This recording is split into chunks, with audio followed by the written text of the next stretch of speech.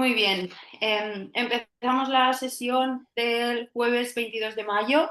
En la página 118 estamos en la tercera conversación de Lukács con Abendroth. Bueno, empiezo a leer, ya sabéis, en cualquier momento me interrumpís. Este hecho lo comprueban también ciertos economistas y sociólogos burgueses, mas siempre en relación con la idea, a mi juicio, un sueño ilusorio del capitalismo, de que los obreros se conviertan paulatinamente en empleados. Creo más bien que se producirá una evolución en sentido inverso. Justamente cuando ocupen el primer término, no ya cuestiones como la jornada de trabajo y salariales, sino los problemas de los ratos de ocio, de su aprovechamiento constructivo. Solo entonces se irá reduciendo cada vez más la diferencia objetiva, constitucional, entre empleados y obreros. En el aspecto subjetivo, ciertamente, esto no muestra hoy todavía plenamente sus consecuencias. Pero quisiera repetir que una evolución objetiva no puede dejar de tener, a la larga, consecuencias subjetivas. Este es el gran punto de donde hemos de partir. Sería muy desesperante partir de bases puramente ideológicas mientras la multitud manipulada, con lo cual aludo por igual a obreros y empleados, se sintiera a sus anchas dentro de esa manipulación. Creo que lo hemos comentado alguna vez, pero cuando Lukács habla de ideología, ¿a qué se está refiriendo? ¿Qué es para él ideología? No me acuerdo, sinceramente. Cuando él dice partir de bases puramente ideológicas, No es negativa, no es negativo, ¿eh? O no. sea, podría ser simplemente el plano discursivo de propuesta. Él aquí, a ver, claro, es que él aquí, al hablar de lo subjetivo, aquí es donde la Escuela de Budapest habla de las necesidades radicales, es decir, un mundo. Una praxis, claro, una praxis que genera un mundo objetivo genera una antropología subjetiva y una antropología que tendría entonces unas necesidades históricas nuevas emergentes. Entonces él dice, esperemos que sean las necesidades y no la discursividad ideológica de cómo es. eh, si recordamos, Hannes Heller escribió un libro titulado La teoría de las necesidades radicales en Marx, que fue muy agudamente criticado, sin ferocidad, pero con contundencia, por Sacristán, diciendo que no tenían por qué ocurrir que las necesidades que genera el capitalismo de la casualidad de que superan el capitalismo, que obligan son cualitativas y exigen, en lugar de más consumo, exigen ópera, cine, tiempo de ocio, ¿no? Entonces, el debate está entre un modelo de alternativa política discursivo. Nos dotaremos de una república social y no sé qué, o de un modelo basado en una historicidad antropológica que genera unas necesidades. No sé si, a lo mejor estoy equivocado, pero yo creo que, no sé si veis cuál es la alternativa que él propone a lo ideológico. No discursividad, los españoles son justos y benéficos, sino que la sociedad nueva genera antropológicamente en la gente unas necesidades, el capitalismo nuevo genera antropológicamente unas necesidades que nos llevan a superar esta sociedad. ¿Se ven quedarían dibujados los dos planos de mi interpretación? ¿Sí? Pues yo creo que es a esto a lo que se refiere, ¿eh? Y claro, si es así, aquí tenemos ya el primer elemento de apartamiento de, del marxismo-leninismo. No será el partido con su lucidez y dirigente el que con la teoría elaborada y la comprensión apunta la dirección, sino que ya en la antropología generada por el capitalismo, en las necesidades antropológicas generadas por el capitalismo, aparecen ya necesidades de una alternativa de mundo. Me estoy yendo de madre, si queréis, pero ¿se ve lo Sí, que intento plantear? sí. Yo yo bajo a tierra. Yo creo que simplemente Vale, que en esta frase lo que quiere decir es que como no nos enteremos de los cambios reales que se operan en el mundo real, partir de postulados ideológicos tradicionales vale, vale, recogidos en vale. el libro o en los libros no sirve de nada. Es de Creo que acuerdo. en esa frase está diciendo eso. Sí, Por eso sí. dice, de nada serviría o sería muy desesperante partir de bases puramente ideológicas. Sí, sí. No en sentido negativo, sino en el sentido de que Incluso tenemos una incluso, ideología, ideología obrera, ideología marxista, sí, la que sí. sea X. Sin Pero, embargo, dice en el mundo subjetivo, resulta que los obreros se sienten a gustísimo porque han llegado a tener segunda residencia y coche. sí. Fijaos que en esa Con la ideología puede estar banca, metido, en esa ideología puede estar metido lo que digan ciertos economistas y sociólogos burgueses, que son ciencias, economía y sociología, ¿eh? Discursividad, pero no discursividad, bueno, ya, esto.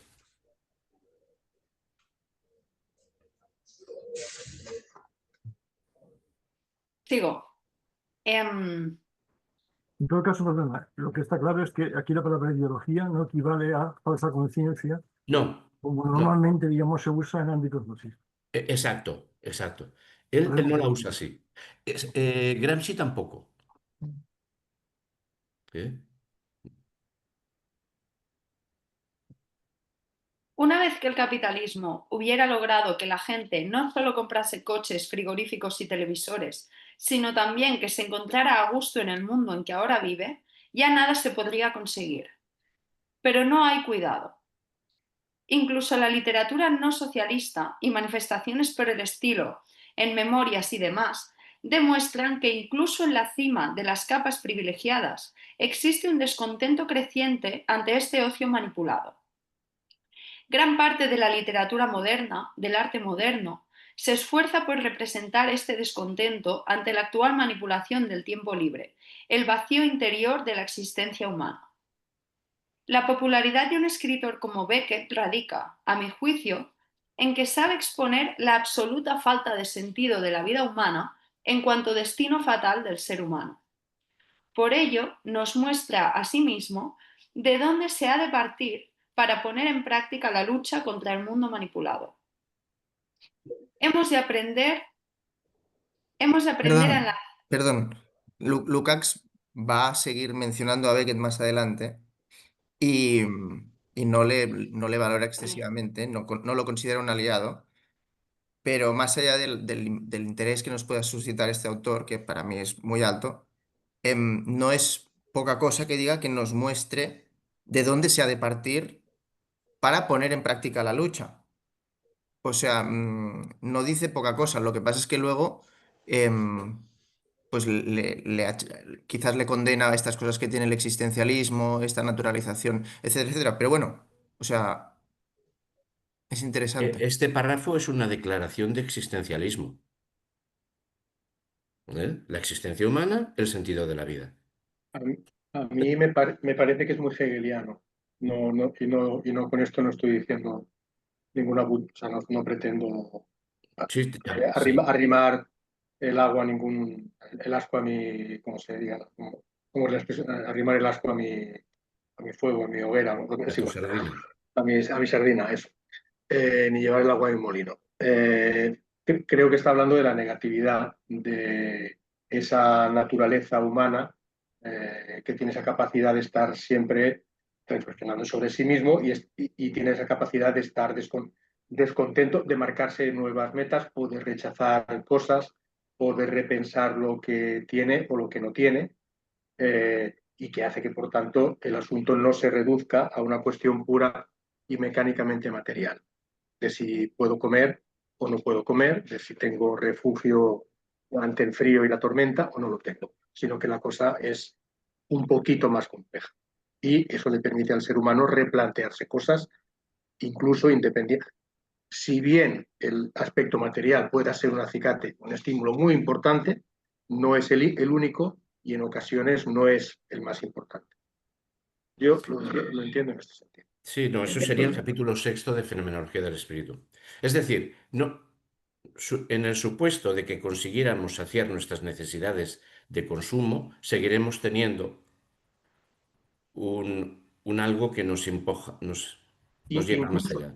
incluso creo que en este sentido hasta es hasta no es necesario declarar que debamos percibir el mundo como manipulado. Aquí hasta me da la sensación que ese concepto, que es muy interesante, muy claro en general en Lukács, en ocasiones es utilizado como para justificar el que el ser humano sea capaz de oponerse, de enfrentarse a su situación, de rechazarla, cuando en ocasiones no es necesariamente porque te sientas oprimido, manipulado, te sientas manejado y sientas la falta de control democrático, sino simplemente porque hay expectativas vitales que eres capaz de marcarte, porque efectivamente, como dice, ¿no? Como él dice aquí, ve, ¿qué nos pone de relieve? La absoluta falta de sentido de la vida humana, pero yo creo que aquí no lo está diciendo en el sentido de que la vida es una mierda, de que no tiene ningún sentido, sino que la tienes que poner tú, tienes que definirla y que tienes que construir. Y por eso, en ese sentido, el ser humano en cada momento había más antifranquismo o había más espíritu revolucionario en los obreros en la etapa final del franquismo, materialmente mucho mejor, pues que en los años 50, por decir algo, ¿no? Lo cual, digamos, sería diametralmente opuesto a establecer cualquier clase de paralelismo mecánico entre necesidades materiales y arrojo o impulso revolucionario, sino que la cosa pues es obviamente más, entran en la ecuación muchísimos más parámetros, ¿no? Bueno.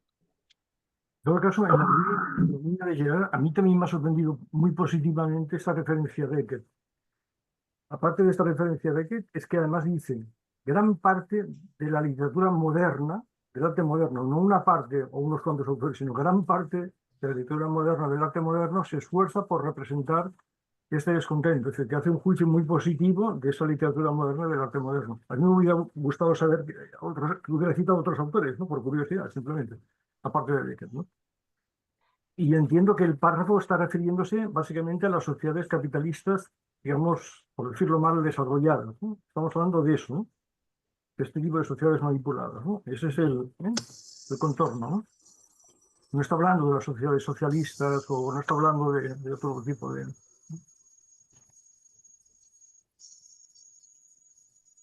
Yo diría que entrarían también dentro de ¿Sí? ese mundo de la manipulación y de la falta de sentido. De hecho, lo había llegado a decir, ¿no? Yo Había no me llegado a acuerdo. decir algo así como que se trataba de una crisis que estaba también ahí, en las sociedades socialistas. Yo no me recuerdo, ya, por eso sí, no sé, no recuerdo.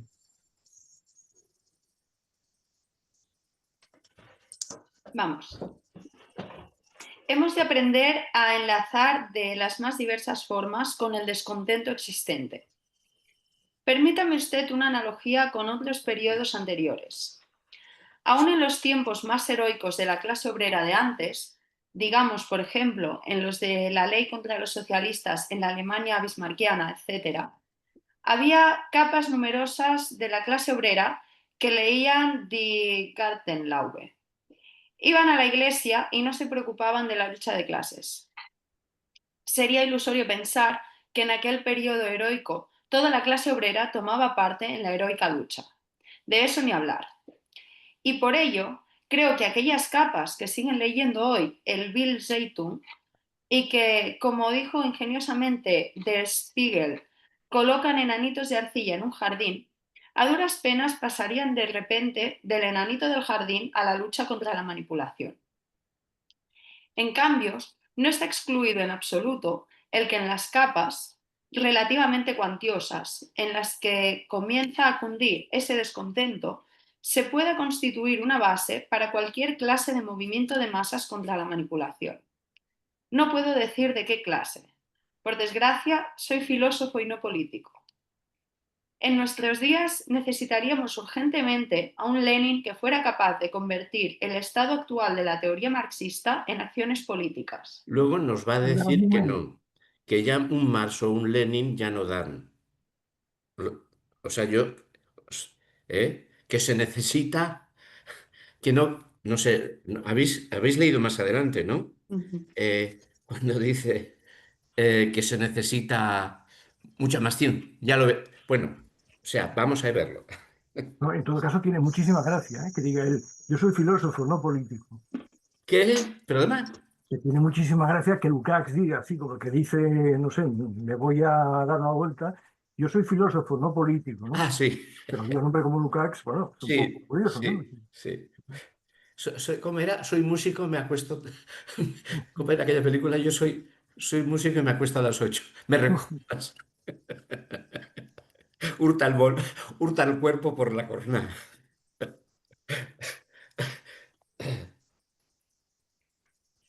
Solamente una cosa respecto a lo que comentábamos antes con Gerard. Gerard, lo que me hace pensar que a lo mejor no es el caso, lo de ampliar las sociedades del socialismo real, por decirlo de alguna forma, es cuando él dice, pero no hay cuidado, incluso no, me he equivocado, es que quería citar un paso y he saltado. Un segundito a ver si lo encuentro. Perdónate, disculpa. No, nada, no lo encuentro. Disculpad. Bueno, lo que yo encontré, Salvador, era esa nota en la que decía que es de la página 87, no sé si lo has visto que le he compartido por el chat, No, No, no, eso no, no, que no, es que no, no ponen lo veo. solo sobre la base, dice, solo sobre la base de la liquidación del estalinismo es posible, a ver, ahora no lo encuentro, es posible se pueden realizar hoy realizar en hoy día. en día en los países socialistas aquellas tendencias Sí, vitales que dan Dan sentido a la vida. sentido a la vida. Dan sí sentido que a la vida. Dan sentido a la vida, claro. sí es. Sí, Ya, vale, Ya vale. lo comentamos. vale. Ujú. Sí, sí. Vale. ¿Continúo? Ujú. Personalmente, aquí me veo obligado a bajar bandera y admitir que tal empeño cae fuera de mi competencia, porque fue una feliz casualidad, pero más bien rara, el que el movimiento proletario dispusiera sucesivamente de hombres como Marx, Engels y Lenin, los cuales aunaban en sí ambas virtudes. Consecuencia marginal de ello es hoy, por desgracia, el que cualquier primer secretario de cualquier partido se considere el sucesor legítimo de Marx y Lenin.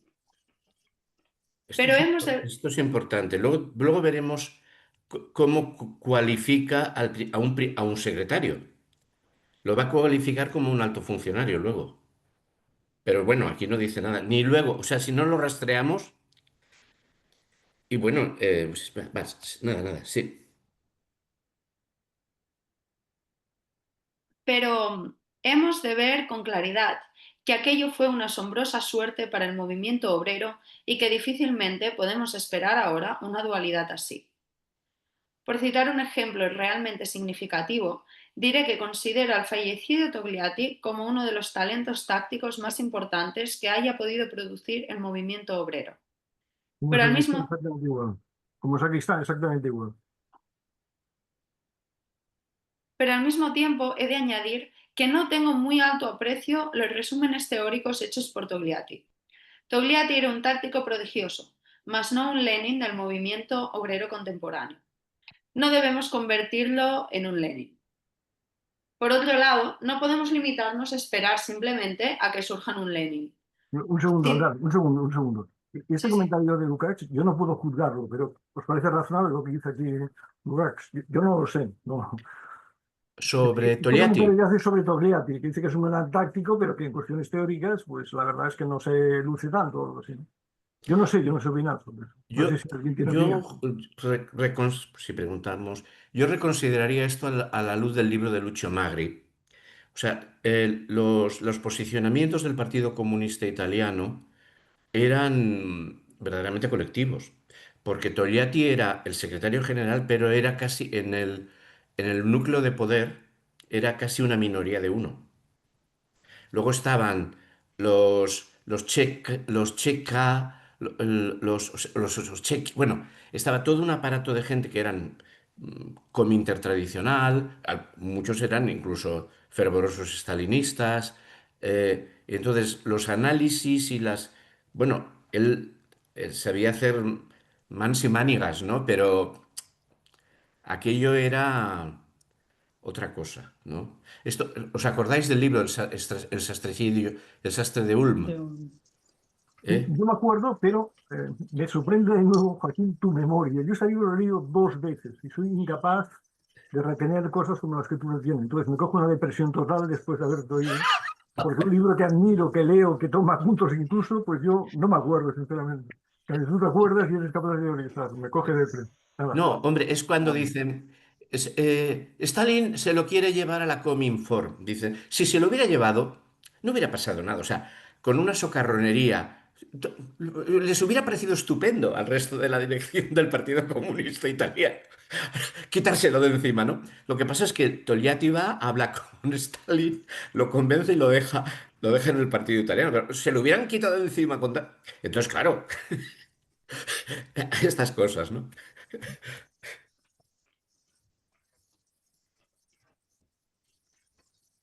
Había Pues, muerto 2 años antes. Esto es del 66. Togliatti muere en el 64. ¿Eh?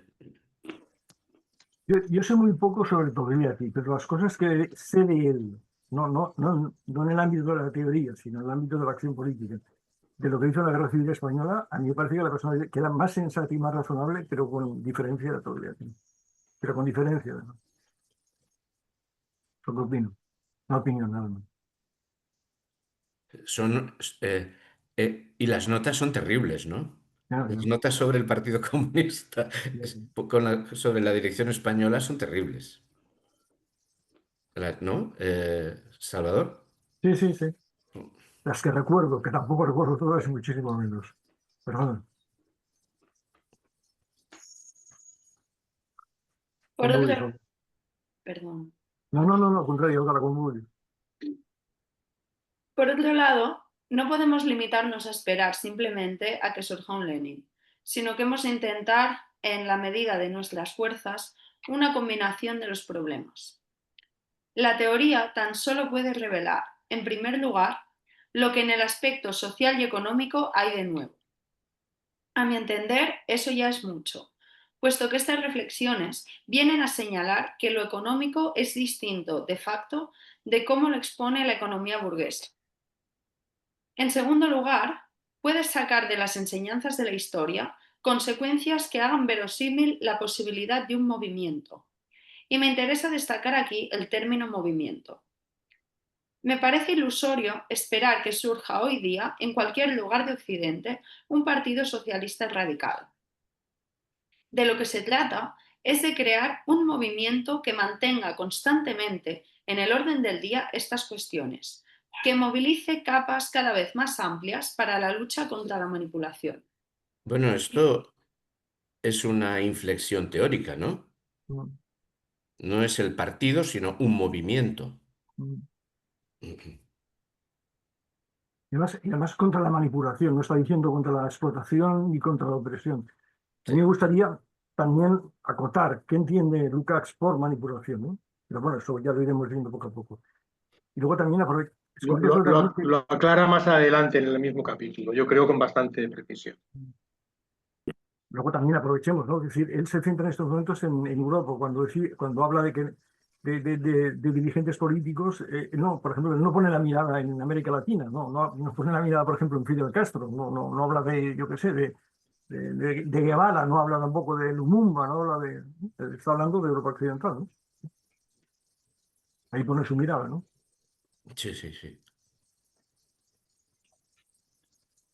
Claro, porque él parte de ese análisis de que la revolución tiene que hacerse en el centro del capitalismo, o no habrá. Lo demás es muy meritorio, pero podrá ser sofocado siempre, digamos, ¿no? Eh, y por mucho que haya habido un gran movimiento. O sea, aquí el tercer mundo y los no alineados no están. Y estamos en el periodo de los no alineados. Sí, sí, sí. Sí. Mi impressió és que bastantes Teresa, moments de ja su vida parlaré también jo opina lo amb l'Eli, mismo. que és que avui Aunque ja yo m'ha creo que no preguntat siempre. directament, li he dit, no pateixis, quan ho Eh, sàpiga t'ho diré. se oye, María Ángeles, se Ui, oye. ¿Qué decías, Salvador? No, que me da la sensación de que en muchos momentos de su vida, no sabía precisar más, que estaba opinando exactamente lo mismo que Lukács, pero yo creo que Sí, no siempre opinó lo mismo. pero en Por esa muchos. decisiva importancia. Para que haya una revolución mundial, la revolución tiene que estar en el núcleo de la bestia. Lo otro tiene importancia, pero lo fundamental es la revolución en Alemania, en Estados Unidos, donde sea. Yo creo que en algún momento aquí están matizadas esas cosas. Puede ser. No puede ser simplemente que un poquito de sensatez intelectual y que uno habla del entorno de lo que más conoce y no pretende hacer generalizaciones ni teorías universales de las cosas. Y si Podría ser. su campo de acción había sido Europa Occidental. Yo ahí creo en aquella historia que fueron la gente joven la que le hizo mirar en otro lugar. En debates de conferencias que dio, había gente que decía, pero usted se centra en no sé qué, y tenga en cuenta que pam, pam, pam. Y es posible que esos comentarios de esa gente joven, que además a lo mejor vivían directa o indirectamente aquellas revoluciones, le hicieran matizar sus posiciones. Pero no puedo ser más concreto y... Pero no solo eso, incluso que parece que estén hablando de Alemania en muchos fragmentos de las conversaciones, ya no parece que estén hablando de Alemania. Muchas Pa- pa- pasa, frases. pasa que esa es la posición de Lenin y de Marx. O sea, en Lenin la catástrofe es la pérdida de la revolución de Alemania. O sea, es el análisis, ¿no? Se fracasa la revolución en Alemania y en Marx, pues aquello de, ¿será posible que la comuna campesina rusa vaya al socialismo? Sí, sí se hace la revolución en Alemania y los ayuda. Esa es la carta de Vera Zasulich, digamos, ¿no? Estas serían las dos. Pero bueno, no sé. Bueno, y en todo caso, visto desde nuestro presente, sí que esta diferencia ya no tiene ningún sentido. En un nivel ético y social, al menos, tal vez entonces todavía había grupos, capas de espacios sociales que pudieran ser ajenos a todo esto, pero a día de hoy el lugar en el que se viva el tipo de zona dentro del planeta dice muy poco acerca de estas diferencias. Ha desaparecido todo. Podríamos decir que Occidente se lo ha comido todo, en cierto modo. La manipulación, el consumo. El globalismo, sí, sí. O sea, sí, bueno, la gran potencia China o sea, es cierto, es cierto. A nivel ético y social, China es lo mismo que Estados Unidos. Exacto, bueno. Es la nueva potencia emergente. Sí, sí. No, yo que Gerard, yo no sé, seguramente han robado, pero yo no sé. Simplemente no sé. Bueno, Porque es o de sea, China, ¿eh? el tipo de subjetividad, podríamos decir, que existe y que además se puede ver por la manera como se adaptan a nuestros países cuando vienen, que es que son absolutamente funcionales. Em, bueno, yo tengo una familia que ha estado en China, que ha vivido en China, tengo un conocimiento del mundo chino a nivel social y ético relativamente próximo y a mí esto me parece muy evidente. Otra cosa son las relaciones económicas, el tipo de organización política, pero hablando de la vida cotidiana, incluso dentro de China hay artistas muy interesantes que han hecho... que han puesto sobre la mesa esto de manera muy clara y que han tenido problemas en China porque las propias autoridades pues no les han recibido bien. Pero a mí me parece que estamos dentro del Leviatán todos y que en China lo ven muy claro, al menos algunos. Yo, El yo- hermano de Gerard ha estado viviendo bastantes años en China y tiene una pareja china. yo aquí quisiera decir que sí que debemos hacer yo creo que debemos hacer un distingo, un matiz importante. Yo creo que todo este tipo de reflexiones, lo de incluir a China me parece bien, pero incluir a África no me parece bien. Incluir a grandes partes de Latinoamérica no me parece correcto. En África, pues a lo mejor incluiría, creo que cierto tipo de reflexiones como estas pueden ser válidas para el Magreb más occidentalizado, dejando incluso de lado ciertos grados de desarrollo. Yo creo que aquí tiene sentido. A veces, sabéis que muchas veces discutimos en los grupos estos de debate que tenemos amplios sobre el sentido del concepto Occidente. Bien, el mundo industrializado, desarrollado, de alto grado de desarrollo, urbanizado. Ahí yo creo que, con muchos matices si queréis, sí son, pero hay que entender que Karl Marx habla y se sitúa y contextualiza sus obras en una sociedad determinada. Inglaterra, ni siquiera su Alemania subdesarrollada. creo que sí que es importante, y este hombre creo que está hablando todo el rato de la experiencia de lo que ocurre en el primer tercio del siglo XX en Europa. Y luego, por extensión, los países que se parecen a eso, que han seguido una senda de desarrollo. No creo que se pueda universalizar y hablar de reflexiones ni de estas ni de las del marxismo del siglo XIX para el África subsahariana, salvo Sudáfrica, a lo mejor, pongamos por caso, quiero decir para que me entendáis. En Latinoamérica, pues por lo poco que yo pueda conocer, hay mundos de vida allí todavía. Bueno, la gran diferencia sería probablemente, se podría establecer entre mundos campesinos que aún subsisten y mundos urbanizados, industriales, con diverso grado de desarrollo. No me meto ya a hablar si en la India, si en gran parte del sudeste asiático, porque hay una parte del sudeste asiático muy hiperdesarrollada, bla, bla, bla, pero sigue habiendo otra todavía eminentemente campesina. Yo sí que haría distingos, y creo que se puede entender perfectamente a quién se dirigen estas palabras y en quién piensa Lucas cuando habla de esto. Pues que son sociedades las que se parecen a la nuestra. Hay muchas otras que coexisten hoy en el mundo que no se parecen a la, que siguen sin parecerse a la nuestra. Otra cosa es la interconexión, la globalización o el sometimiento, la dependencia, tal y cual, pero que culturalmente son muy diferentes. Yo diría que sí, Antonio, o sea, que estoy de acuerdo. Además, por ejemplo, se ve también con la inmigración árabe que tenemos, que sí que hay hay ciertas distinciones culturales em, en el nivel religioso que acompañan también al consumo, a la vida cotidiana, a las relaciones entre la familia extensa, este tipo de cosas. Pero yo lo decía porque a mí me parece que esto que dice Lukács en el año 60 y pico tiene todo el sentido hoy, ya no solo para Occidente, sino en general. Esta idea de que necesitamos crear un movimiento, que no nos valen porque la situación de manipulación de alguna manera genera que veamos claro esto, me parece que es interesante hacerlo válido en general. El riesgo también es aceptar este tipo de teorías indigenistas, etcétera, que esencializan la relación con la naturaleza y todo eso, que me parece que tampoco es interesante. O sea que, bueno, en fin, es igual. De acuerdo con lo que decís. También entiendo por dónde basta.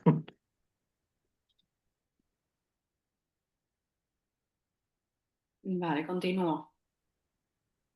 Y no está excluido en modo alguno que quien hoy lea a Beckett se convierta mañana en un luchador contra la manipulación. Esto, sin embargo, no significa que hayamos de considerar a Beckett como aliado. Antes bien, y mire que no me estoy refiriendo ni a la persona de Beckett ni a su arte. La transformación de esa forma social que es la manipulación en una condición humana, entiendo que esto es francés, ¿no? Sí. O sea, Sí, sí. hay una referencia aquí que yo no. Sí, Es inverosímil y constituye una forma de la ideología que apoya a la mala realidad.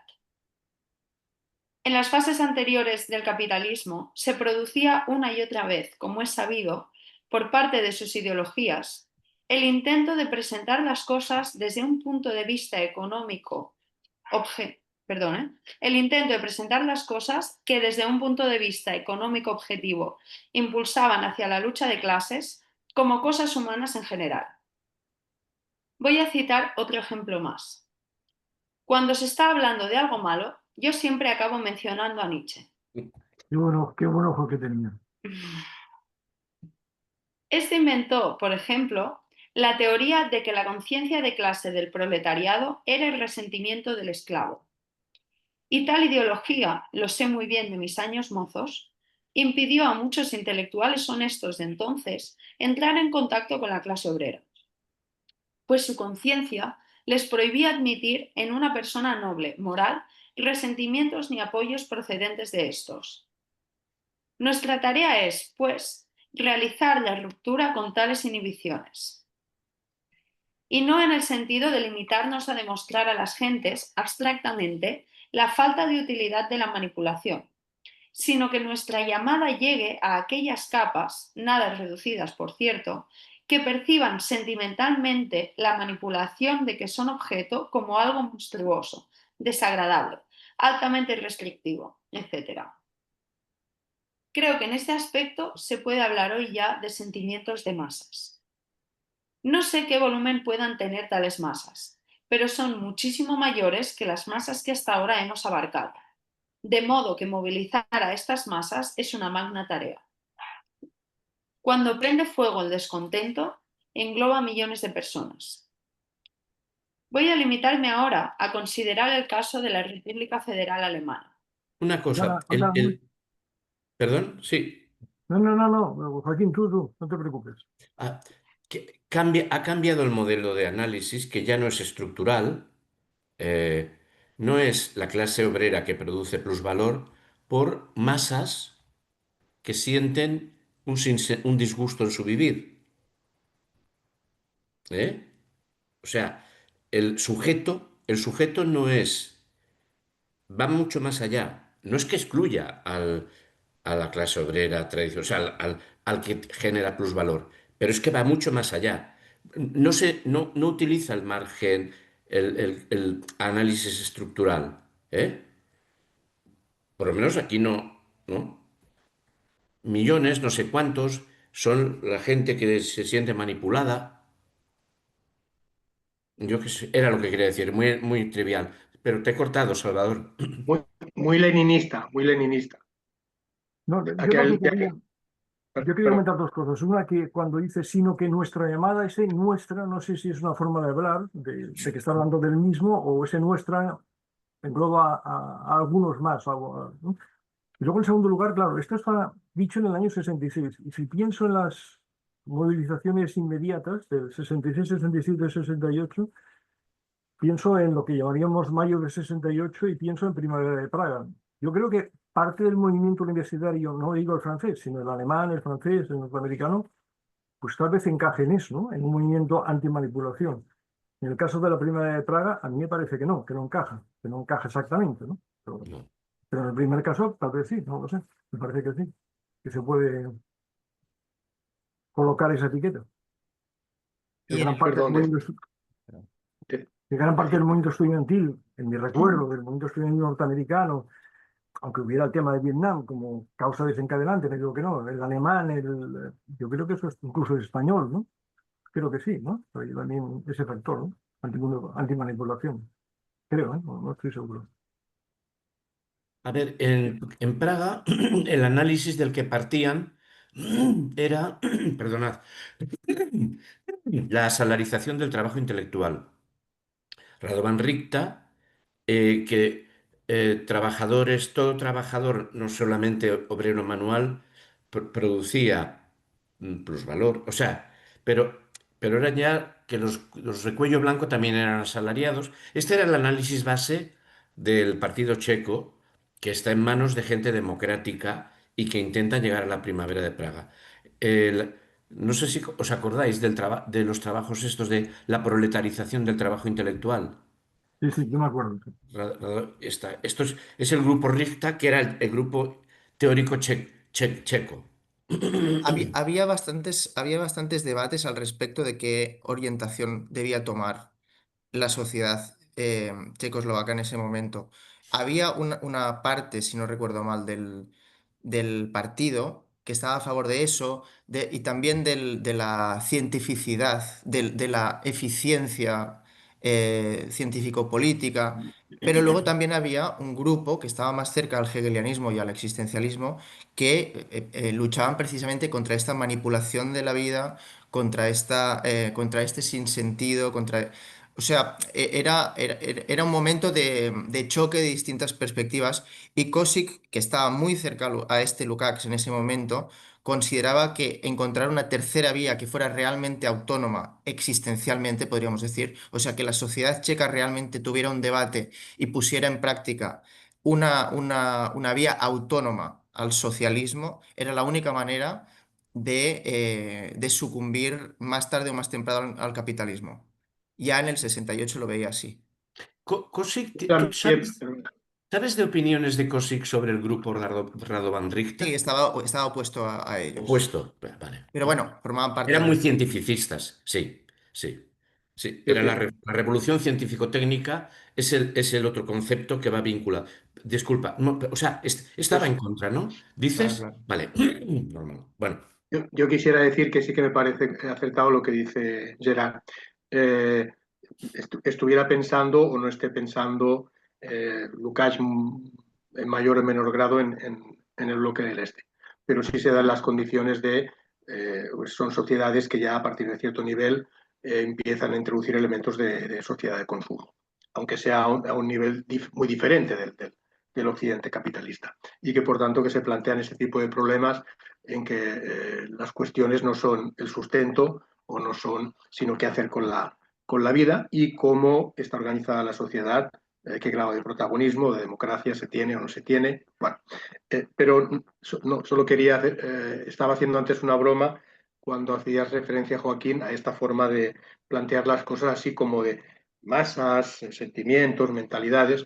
Bueno, es el Lenin ese que dice que la revolución, que en cómo se define una revolución, pues cuando los de arriba no pueden seguir gobernando, mandando como hasta ahora, y los de abajo no quieren seguir viviendo como hasta ahora. Y, o sea, fíjate qué cosa más abstracta, más vaga. Pues mm, es la mejor definición que se le ocurre decir, pues de repente pasan cosas en la sociedad en los que unos no pueden seguir mandando, ni dirigiendo, ni organizando como hasta ahora, y otros no están dispuestos a seguir. O sea que en realidad eso tampoco es muy poco estructural, ¿no? Es bastante como de un sentido común así muy aplastante, ¿no? Muy de percibir el... Por sí, sí. eso he dicho que es como muy leninista en este sentido. No, es Lenin. No es el leninismo. Leniniano, Ese es el Lenin del filosofar que dice Sacristán. Pues de praxis. repente Lenin, el mejor Lenin es el que pensaba políticamente, no el que escribía, ¿no? O sea, el artículo del Lenin y el filosofar, yo lo recomiendo, ¿eh? De 1970. No sé si se titula así, Lenin y el filosofar, de Sacristán. Hay dos versiones, el filosofar de Lenin y la filosofía. Yo creo que te refieres al filosofar de Lenin, el El texto más filosofar de largo. Lenin. Es brillante, brillante, ¿no? Que dice, no, no, Pero complicado, brillante pero complicado. Sí. sí, claro, porque se muerde mucho la lengua. Bueno. Bueno, aparte de morderse la lengua, es que es muy denso filosóficamente. No es fácil de entenderlo, ¿no?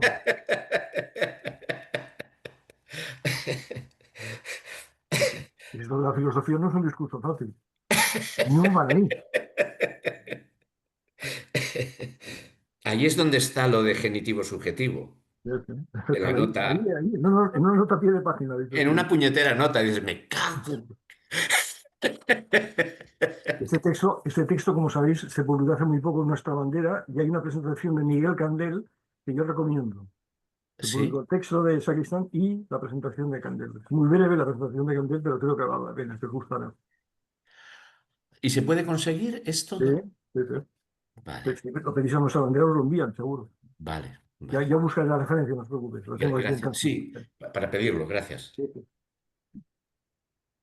Y en todo caso, sobre esto del consumismo de los países del este, me sabe muy mal hablar de experiencias personales, pero lo que yo viví, que fueron visitas turísticas, además guiadas por gente de allí, que durante 15, 20 días, por lo tanto es muy poco eso, en Checoslovaquia, en Rumanía y en la Unión Soviética, incluyendo Ucrania, la verdad es que era muy distinto de lo de aquí, pero muy distinto, ¿no? No digo que no, pero el grado de consumismo de de la Barcelona de 1988-87 era muchísimo mayor que el que yo vi, pero repito, en pocos días, es decir, que no quiero generalizar en aquellos países, pero no tiene punto de comparación. Lo que sí que vi en aquellos países es ganas de acumulación, eso sí. Pero verdad que no era el mundo campesino subdesarrollado, famélico, es decir, No. verdad que no daba la impresión. Otra cosa es que el ratio de coches fuera incomparable con pero ya había coche particular. Y luego había años de espera para que te concedieran uno en la RDA y te daban uno de aquellos de cartón piedra. Bueno, vale, sí, pero que estamos hablando de un tránsito que se ha producido en aquellos entonces, aunque sea todavía incipiente, a un tipo de sociedad en la cual los problemas fundamentales ya no es el sustento básico y la protección básica el vestido, la casa, eso está garantizado en principio. Incluso la escuela y la universidad. Sí, sí, Entonces sí. aparecen otra serie de problemas. Y es verdad que ellos están deslumbrados, cualquiera que haya tratado con gente, con cuadros del partido, militantes del partido o gente anticomunista de aquellas tal, están deslumbrados por el consumismo de Occidente, están absolutamente deslumbrados y se volvían locos cuando venían aquí. Esta es mi experiencia siempre con prácticamente toda la gente que yo haya podido tratar en mi vida del bloque de este. Fueron cuadros del partido, ¿eh? O lo que fuera. Eso a mí me recuerda nuestra propia, es decir, yo con 8 años recuerdo perfectamente los frigoríficos de las películas de Hollywood, que siempre estaban abarrotados. Que en mi imaginario esto esté ahí, pues esto está ahí. Es así.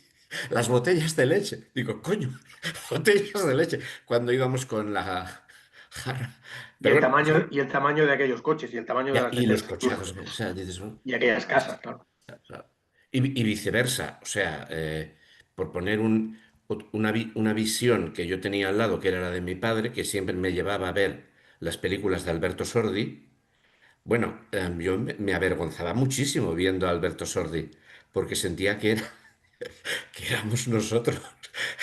Y esto es un niño de 8 años, de 9 años, ¿no? O sea, la proyección de este mundo de consumo y en el imaginario, cuando estaba en la imaginación, no estábamos consumiendo, éramos una sociedad pobre. O sea, yo soy nacido en el 53, ¿no? Pues podría ser el 61, 62, ¿no?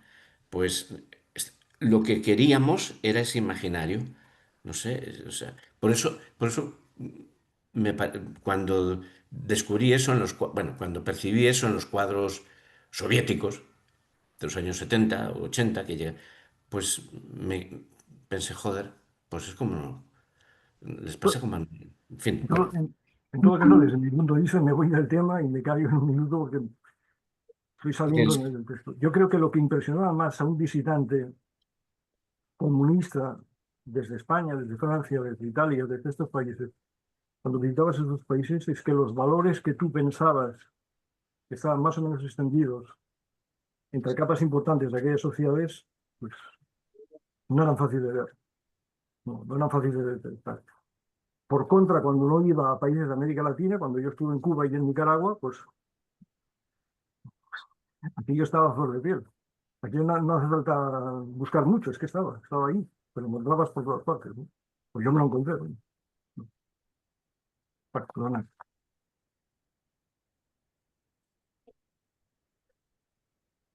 Continúo. Si aquello se cayó fue por algo, si aquello se hundió fue por algo. Pues no sé. algo. Porque Acabo de llegar del bus. tal La vez, referencia a la Constitución es un guiño al libro de... Sí, sí, sí. Vale, ¿Qué? gracias, Joaquín. A ver, Uy. pues nunca miro estas... El de eh, la condición humana de Malraux, sí, Sí, de sí, André sí. Malraux. sí. Que es una naturalización, ¿no? No al de Ana. No, claro, claro, claro. Vale, vale, claro. Pero es una naturalización también, por lo menos lo que pretende decirnos con, supongo, ¿no? Cuando dice cuando critica a Beckett, que o sea, las obras de Beckett también me parecen impresionantes, porque no hay por qué interpretar que Beckett está naturalizando ese modelo, al no, contrario, ¿no? Es terrible. O sea, a mí el teatro de Beckett es una de las pocas... Yo soy muy conservador, pero en esto sí que no, en respecto de Beckett no comparto la opinión de Lukács. Me parece que Beckett es muy corrosivo al respecto, ¿no?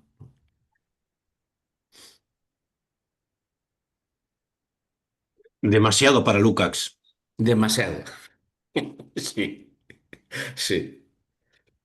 Ahora no se representa. Beckett. Yo tuve la suerte de que mi catedrático del seminario era el del grupo fronterizo, o sea, era Sánchez Sinisterra, ¿no?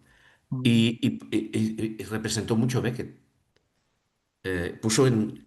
Y ahí descubrí a Beckett. Yo por mis gustos conservadores no lo hubiera visto, si no. Sí. Todavía me acuerdo muy claramente de cuando el movimiento contra el rearme, el movimiento que llevaba el eslogan de "No contéis conmigo", hubiera podido contar indudablemente con millones de personas. Mas como quiera que carecía de consistencia interna, se vino abajo en poco tiempo. Luego volvió a producirse una bonita explosión democrática con motivo del asunto del semanario de Der Spiegel, pero también se fue a pique. ¿Sabéis a qué se refiere? ¿Sabéis a qué se refiere con esto del seminario del Spiegel?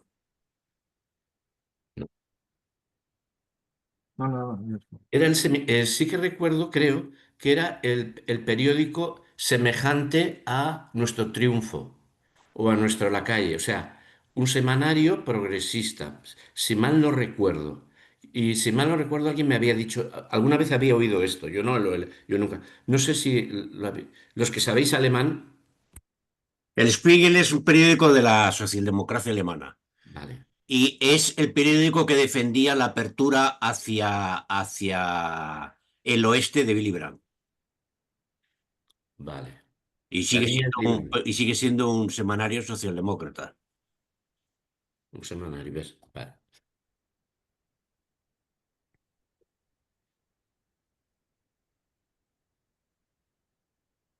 El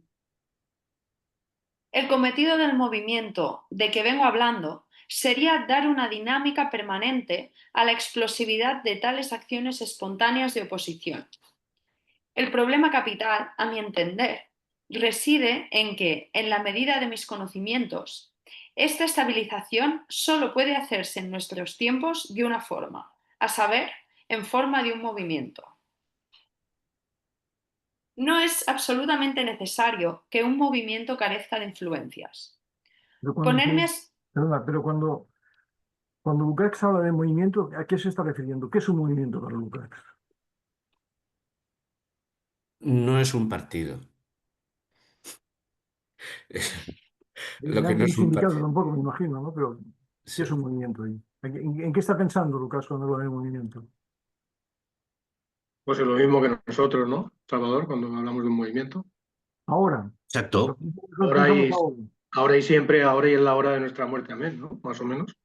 No, pero es que en el año 60 y tantos nosotros no pensamos en esos términos. La palabra movimiento para nosotros es posterior. En el año 60 nosotros hablamos en términos de partido, sindicato, estas cosas. Pero movimiento, Bueno, hablábamos Movimiento en... obrero, movimiento, es movimiento obrero o movimiento Movimiento obrero. popular, movimiento obrero, Movimiento sí, el obrero. movimiento estudiantil, ¿no? No, movimiento no, estudiantil, sí. Vale. Sí. movimiento por la paz, esas cosas así más Sí, bien, difusas, bien, más, sí, sí, sí. más que atraviesan Vale. organizaciones, más interclasistas incluso, más, etc, Si etc. no, sin una dirección tan marcada es posible, sí, sí. No, claro, el párrafo siguiente es claro.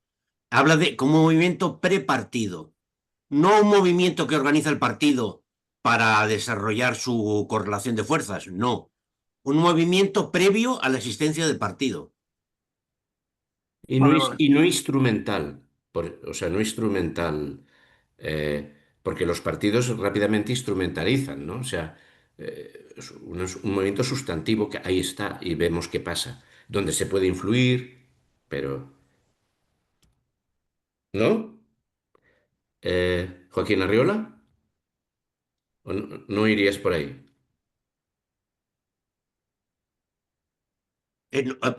Leamos el párrafo siguiente. Él habla de Vale. la posibilidad de aparición de un cuarto partido. Pero si no surge el partido, no importa, el movimiento puede seguir.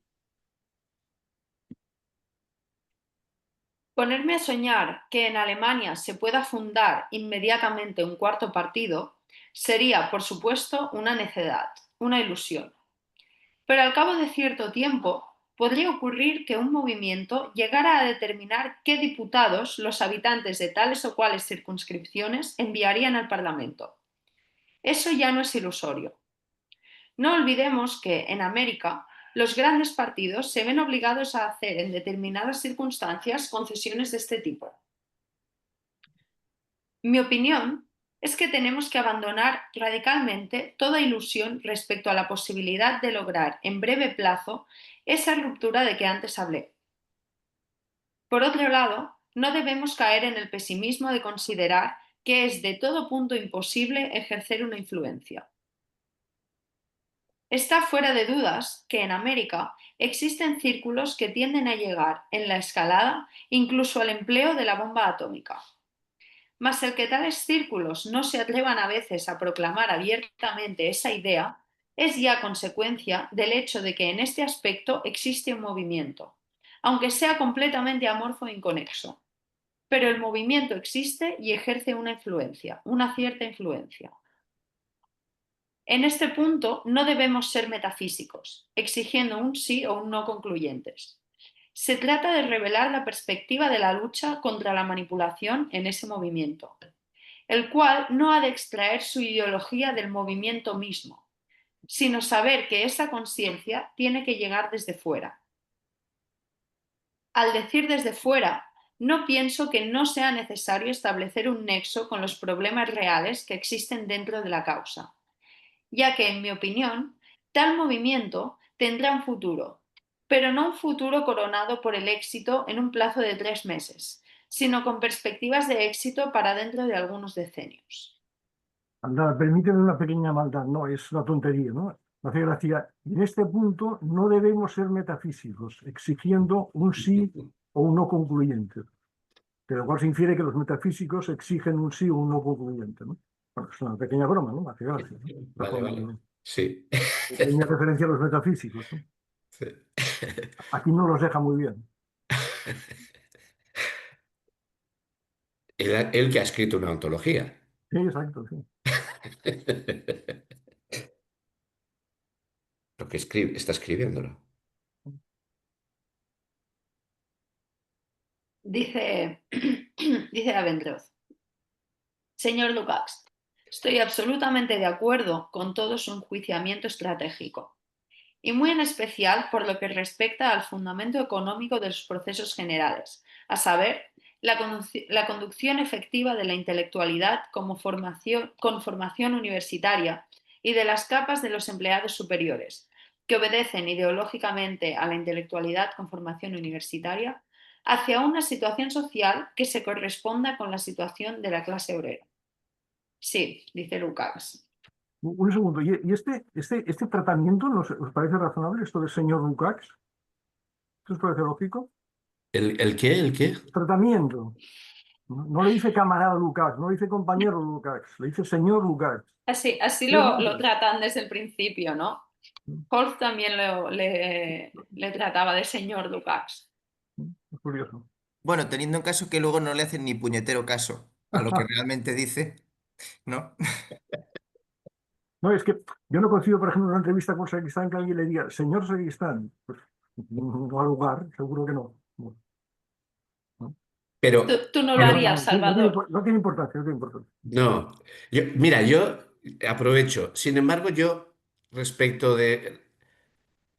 a mí me repatea que que a Manuel Sacristán le llamaran Manolo tanta gente, ¿sabes? Gente que ni lo conocía. ¿Qué tratamiento le darías tú a Sacristán, Salvador? Yo, Yo, Sacristán, Sacristán. Sacristán. Sí, o compañero Sacristán. Sí. Ni usted. También depende del contexto. Si estabas en una clase, pues le decías profesor, y si estabas en una reunión de mientras tanto, pues de otra forma, ¿no? Pero Diferente, pero si estás haciendo una entrevista, y si estás haciendo una entrevista formal, coincido con la opinión de Joaquín, que no solamente mucha gente le llamó Manolo, que apenas le conocía de nada, sino que ahora, en el año 2025, gente que nunca le conoció le llama Manolo. Manolo. A mí me deja patidifuso, ¿no? Es que porque Manolo tal... ¿no? Yo a la camarada Sorprendente. Giulia Dinolfi, que era profesora mía y camarada, la trataba de usted. Usted, Giulia, Como en su comprenderéis, casa. como comprenderéis, yo Sacristán jamás le tuteé, ¿no? Ni se me pasó por la cabeza, vamos. Bueno, Julia era Sacristán era el compañero, Julia era la compañera de Sacristán. pues ahí Era tienes la profesora respuesta, mía. Salvador. Ahí Sí, tienes la respuesta tú Sí, mismo. debe ser, sí. claro. Sí, Seguro. porque en un libro poner usted Lukács, creo que la palabra correcta es el reconocimiento, señor Lukács, de educación. Porque decirle usted Lukács queda así un poco difícil. Sí, sí. Bien, bien. Mis alumnos llaman a los filósofos por el nombre, tienen muchas relaciones con él. El Friedrich, la Martha, Nussbaum, ellos dicen la Martha, o sea, claro, ellos son todos muy conocidos y cenan cada día o meriendan juntos. En fin. Yo os voy a dejar dentro de 5 minutos, si no os importa, ¿eh? Señor Lukács, no, esto ya lo he leído. A saber, así no, esto también. El sí. Sí, estoy en la siguiente, perdón. Dice Lukács sí y continúa Abendroth. No obstante, quiero exponer mi crítica respecto a otro punto. Pienso que la contradicción dimanante de la mencionada situación es mucho mayor de lo que creo que usted supone en los dos casos, extremos por excelencia, de países con un capitalismo tardío muy industrializado, es decir, los Estados Unidos y la República Federal Alemana. Esta contradicción consiste en que, en virtud de la transformación mencionada, Perdonad, si el capitalismo muy industrializado es el capitalismo tardío, venga Dios y lo vea, ¿no? Estamos en Capitalismus 50 años y esto no se acaba de morir. Estamos ya, además, no en un capitalismo industrializado, sino el financiarizado y acabando con el capitalismo financiarizado, ¿no? Que está en crisis, yo qué sé. O sea, eso del eso, yo se lo leí por primera vez a Mandel y bueno, Él fue el que puso de moda el término el término. con su libro El capitalismo tardío. Sí.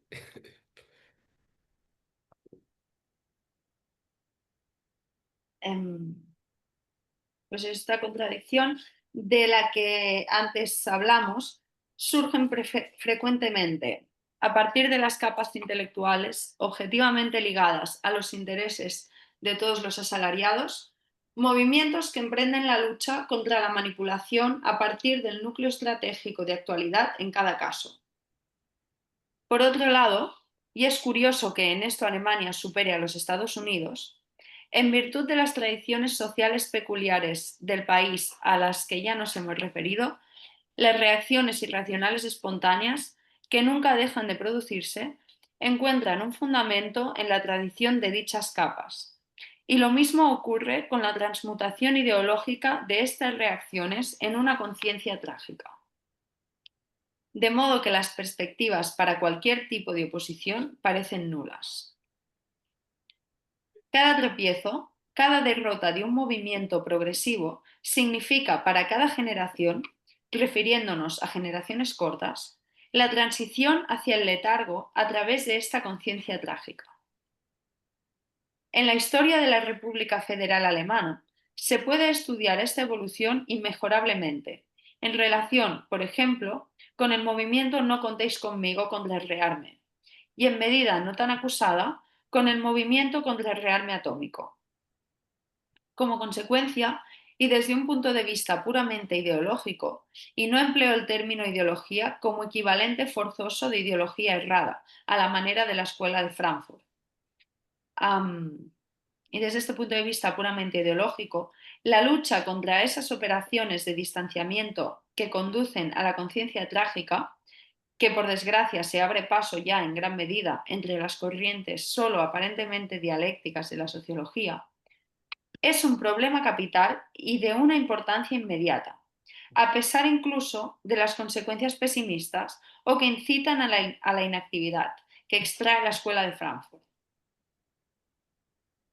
Bueno, esto Muy parece una interesante crítica esto. a Adiós, Salvador. Hasta luego. Cariño. Esto parece una crítica a la escuela de Frankfurt, ¿no? O sea, a la irremediabilidad e irreversibilidad del capitalismo en la era de la nueva enajenación de nosotros. A otro nivel sí que, bueno, hemos vivido una y otra vez, por lo menos los que somos viejos, cómo se han quemado movimientos de masas. El último movimiento de masas fue el que ha quemado Podemos, ¿no? El Podemismo, que que, claro, una vez se quema un movimiento de masas, más que conciencia trágica, yo lo veo, yo lo interpretaría como un poco... una vez yo creí en una idea, me apunté a ella y me engañaron. Ya no voy a volver a ser tonto en la vida y no me voy a apuntar a ningún... Yo más que conciencia trágica, lo que percibo es este otro tipo de actitud, ¿no? O sea, sí, sí, me dijeron que íbamos a hacer la revolución y me hice militante, me tomaron el pelo sus muertos. Más que es en este sentido un sentido común cínico más que conciencia trágica, ¿no? No sé, yo no me van a volver a engañar en la vida, ¿no?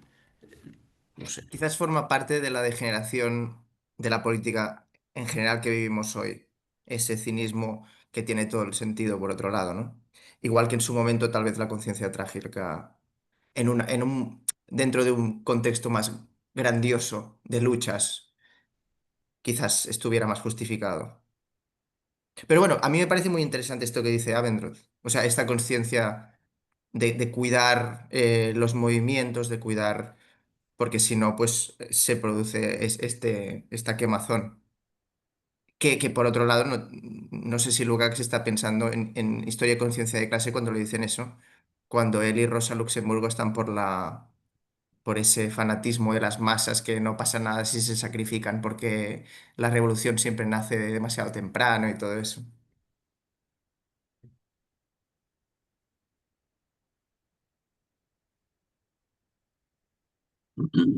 Vale, vamos a ver respuesta de Lukács. Plenamente de acuerdo. Y aún diría que aquello a lo que hemos llamado de manera muy general la crisis incipiente de tal manipulación se expresa, por supuesto, a escala nacional en las formas más diversas, y que esta evolución adopta en Alemania una forma muy específica. Por esta razón, he editado una parte de mi obra El asalto a la razón en la editorial Fischer y he escrito ese prólogo titulado La superación del pasado. A mi juicio, la gran mayoría de la intelectualidad alemana no puede progresar, no ya en la cuestión de la manipulación, sino ni siquiera en la interpretación de la misma, por así decir, si no se efectúa esa superación del pasado. Esto es, si los alemanes no se dan cuenta de que tienen que volver a concebir su evolución en términos diferentes. No quiero remontarme a las guerras de los campesinos, como en su día dijo Humboldt. Pero de todas formas, comenzaré por decir que en 1848 se evitó seguir el camino correcto. Bueno, este texto es muy oscuro, como siempre hay muchas malas traducciones. En italiano no es evitó, sino se perdió, se extravió. Es smarrito, smarrito.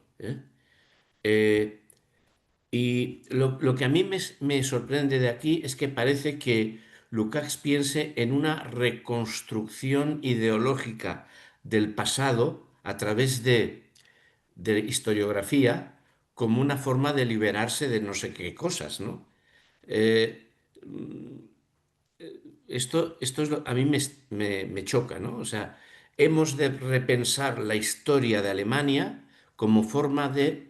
Pero repensar la historia de Alemania es un acto, a ver, intelectualmente interesante, pero es un acto ideológico, ¿no? O sea, no, no sé, vaya.